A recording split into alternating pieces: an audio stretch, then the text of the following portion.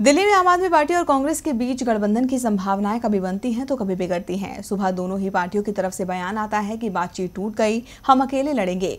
लेकिन शाम को खबर मिलती है कि बातचीत के तार अभी जुड़े हैं, कुछ भी संभव है। गठबंधन को लेकर अब तक आपकी ओर से शर्तें लगाई जा रही थी। कांग्रेस ने आपकी शर्तों को तो नहीं माना, लेकिन अपनी ओर से साफ कह दिया कि गठबंधन करना है तो सिर्फ दिल्ली में और कहीं नहीं। दिल्ली में आम आदमी पार्टी और कांग्रेस अब अलग अलग लड़ेंगे। आप तो पहले ही सभी सीटों पर अपने उम्मीदवार घोषित कर चुकी है। अब कांग्रेस भी 1-2 दिन में अपने उम्मीदवार घोषित कर देगी। कांग्रेस के दिल्ली प्रभारी पीसी चाको ने गठबंधन की गेंद आपके पाले में डालते हुए कहा कि कांग्रेस आपसे गठबंधन के लिए तैयार है, लेकिन सिर्फ दिल्ली के लिए। चाको ने कहा कि हमने जो फॉर्मूला दिया था उसमें दिल्ली की 7 में से 4 सीटों पर आप और 3 पर कांग्रेस चुनाव लड़ती, लेकिन आप दिल्ली के साथ हरियाणा और पंजाब में भी गठबंधन पर जोर दे रही थी। हरियाणा और पंजाब की स्थितियां दिल्ली से बिल्कुल अलग हैं।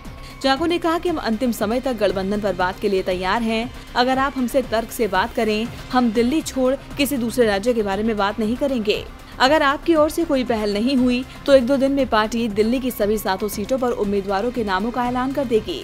उम्मीदवारों के चयन को लेकर पार्टी में बैठक हो चुकी है, जिसमें राजधानी की 7 में से 4 सीटों पर उम्मीदवारों के नाम तय कर लिए गए हैं, जिसमें से नई दिल्ली से पूर्व सांसद अजय माकन, चांदनी चौक से कपिल सिब्बल, नॉर्थ ईस्ट से जयप्रकाश अग्रवाल और नॉर्थ वेस्ट की सीट से राजकुमार चौहान के नाम पर पार्टी ने मुहर लगा दी है।